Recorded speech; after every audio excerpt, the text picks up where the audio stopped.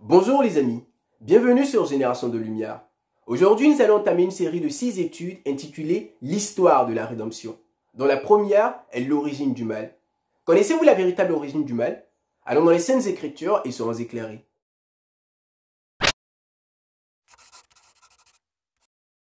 Dans le but de trouver des réponses à la souffrance qui accable le monde aujourd'hui, bon nombre de théories ont vu le jour, dans laquelle s'inscrit aussi la théorie de l'évolution. D'un autre côté, certains comme les gnostiques ont trouvé la méthode la plus simple, accuser le Créateur. En effet, puisqu'il est le Créateur de toutes choses, il est certainement le Créateur du mal. Dieu serait-il la véritable origine du mal? La Bible nous fait comprendre que Dieu est lumière, et il n'y a point en lui de ténèbres ni ombre de variation.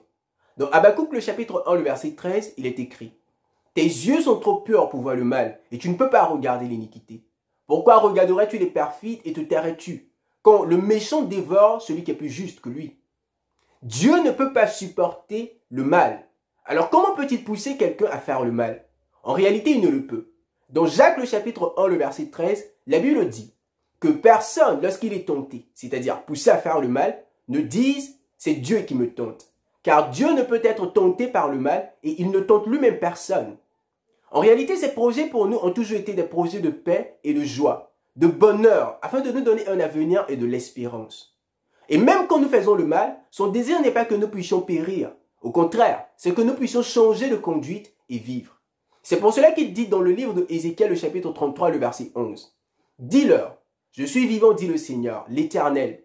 Ce que je désire, ce n'est pas que le méchant meure, c'est qu'il change de conduite et qu'il vive. Revenez, revenez de vos mauvaises voies. Pourquoi mourriez-vous, maison d'Israël? Si Dieu n'est pas l'origine du mal, qui en est donc la véritable origine? Avant de continuer, notons une chose. On pourrait définir le mal comme ce qui est mauvais, un tort que l'on fait à une personne. Toutefois, dans les Saintes Écritures, la Bible nous fait comprendre que le mal n'est rien d'autre que le péché. Souvenez-vous, dans Genèse au chapitre 39, le verset 9, lorsque la femme de Potiphar voulait pousser Joseph à faire le mal et à pécher contre Dieu, voici comment est-ce qu'il s'écria. « Comment ferais-je un aussi grand mal et pécherais-je contre Dieu ?» Un peu plus loin, dans Genèse au chapitre 50, le verset 17, les frères de Joseph vinrent à lui après la mort de leur père. Et voici ce qu'ils dirent. « Vous parlerez ainsi à Joseph. Oh, pardonne le crime de tes frères et leurs péchés, car ils t'ont fait du mal. Pardonne maintenant le péché des serviteurs du Dieu de ton père. » Joseph pleura en entendant ces paroles. Ainsi donc le mal n'est rien d'autre que le péché. Dans 1 Jean le chapitre 3, le verset 8, la Bible déclare « Celui qui pêche est du diable, car le diable pêche dès le commencement. Le Fils de Dieu apparut afin de détruire les œuvres du diable. » Satan est la véritable origine du péché, d'où du mal. Jésus lui-même pointe Satan comme l'origine du meurtre et le père du mensonge.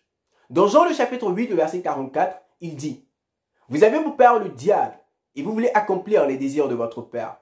Il a été meurtrier dès le commencement, et il ne se tient pas dans la vérité, parce qu'il n'y a pas de vérité en lui. Lorsqu'il profère le mensonge, il parle de son propre fond, parce qu'il est menteur et le père du mensonge. » Une question qui pourrait surgir est la suivante. Pourquoi Dieu n'a-t-il pas détruit Satan et lui a permis de continuer son œuvre au point d'introduire le mal ou le péché sur la terre? Dans Ésaïe le chapitre 14, le verset 13 au verset 14, la Bible nous fait comprendre que Lucifer s'était rebellé contre le gouvernement du Créateur, d'où il s'opposait farouchement à sa constitution, la base de son gouvernement. Les mensonges qu'il avait racontés contre Dieu étaient que Dieu était injuste en imposant une loi à toute la cohorte céleste, et qu'en demandant à toutes ses créatures de se soumettre à cette loi, il était égoïste. Sa proposition était la même que nous trouvons dans Genèse au chapitre 3, le verset 5, que chaque créature soit son propre juge, capable de définir ce qui est bien et ce qui est mal, et que la loi de Dieu, le standard du jugement, soit aboli. Par conséquent, Dieu lui a permis de démontrer la nature de ses revendications, de montrer les résultats de l'application de ces changements proposés dans la loi divine. La sagesse infinie n'a pas détruit Satan, puisque seul un service d'amour peut être acceptable devant Dieu. La légende de cette créature doit reposer sur une conviction de sa justice et de sa bienveillance.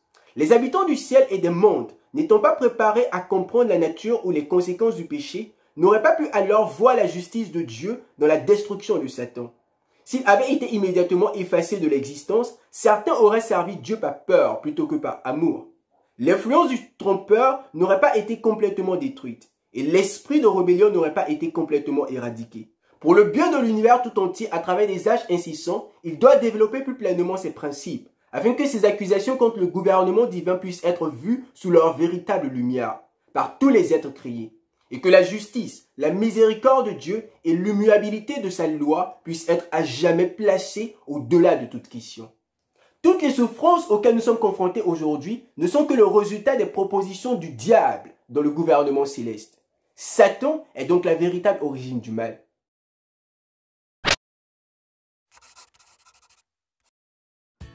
Hey les amis, c'est Priva de Génération de Lumière. J'espère que cette étude vous a fait du bien et que vous avez appris quelque chose de nouveau. Comme nous l'avons dit, c'est une série de 6 études.